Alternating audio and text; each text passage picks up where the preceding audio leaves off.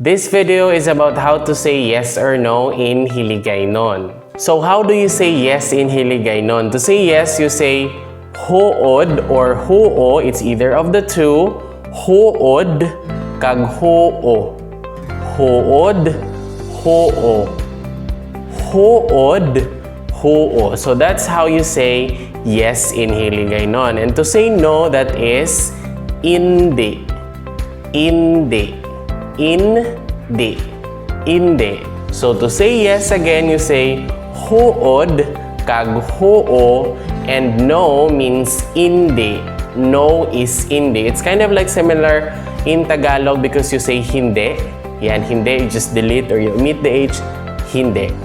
Hood, hoo. Hindi, hindi. Hood, hoo.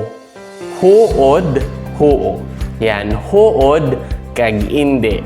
Let's have the following questions which are answerable by yes or no. The first one is agadon. Agadon, is it morning already? Agadon. To say yes, you would say hood agadon, or you can just say hoo. Hood agadon or hoo agadon, or you can just say hoo. That's already acceptable. It means yes already. But like if you want to answer in a complete sentence, of course you can say hood agadon. Okay? Another one is to say no. To say no, you just have to say hindi. Hindi. Hindi pa aga. It's not yet morning, gabi pa. It's still night or it's still evening. Hindi pa it aga, gabi pa. Okay? Hood agadon or hindi pa, gabi pa lang. It's still night. The next one is gusto mo magkaon? Do you want to eat? Gusto mo magkaon? So when we say eat, that is eating or is related to eating.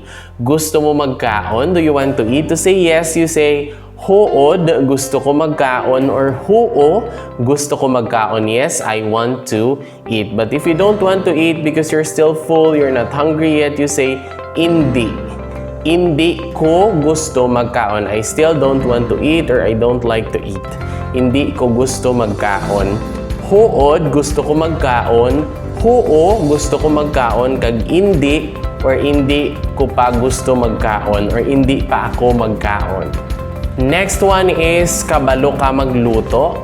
Kabalo ka magluto. Do you know how to cook? Luto is cook. So, kabalo ka magluto. Do you know how to cook? To say yes, huod, kabalo ako magluto. Yes, I know how to cook. Huod, kabalo ako magluto. Or no, hindi ako kabalo magluto. I don't know how to cook. Or just hindi is okay already. Hindi ako kabalo magluto or huod, kabalo ako magluto. Huod, kabalo ako magluto. Hoo, kabalo ako magluto. Or hindi ako kabalo magluto. The next one is sarangan mo pa. Sarangan mo pa. Can you still manage? Can you still continue? Sarangan mo pa? Or kaya mo pa? Kaya mo pa? So, to say yes, you respond with huod, kaya ko pa, or huod, sarangan ko pa. So, sarangan is more of like parang karaya. Yan. So, huod, kaya ko pa, or huod, sarangan ko pa, or hoo, kaya ko pa, or huod, kaya ko pa.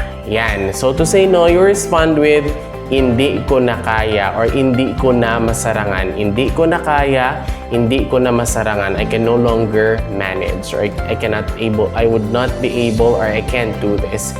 Hindi ko na kaya. Next one is mabalik ka na sa Amerika buwas. Mabalik ka na sa Amerika buwas. Mabalik ka na sa Amerika buwas. Mabalik ka na sa Amerika buwas. When you say balik, that means to return. America is of course America, like the US, America. So mabalik ka na sa Amerika buwas. It means, are you going back to the US tomorrow? Buwas tomorrow? Mabalik ka na sa Amerika buwas. To reply with a yes, you would say, huod, mabalik na ako sa Amerika buwas. Or hoo, mabalik na ako sa Amerika buwas. But if you will still not be going back to the US, you respond with hindi pa ako magbalik sa Amerika buwas. Or hindi pa means yet or still, not yet. Okay, hindi pa ako magbalik sa Amerika. Hindi pa ako magbalik sa Amerika buwas. That's all for this video. I do hope you learned something new, and please don't forget to click like and subscribe. Moreover, you might also want to watch the next video on the screen. Madamo gid nga salamat kag halong pirmi. Thank you very much and take care all the time.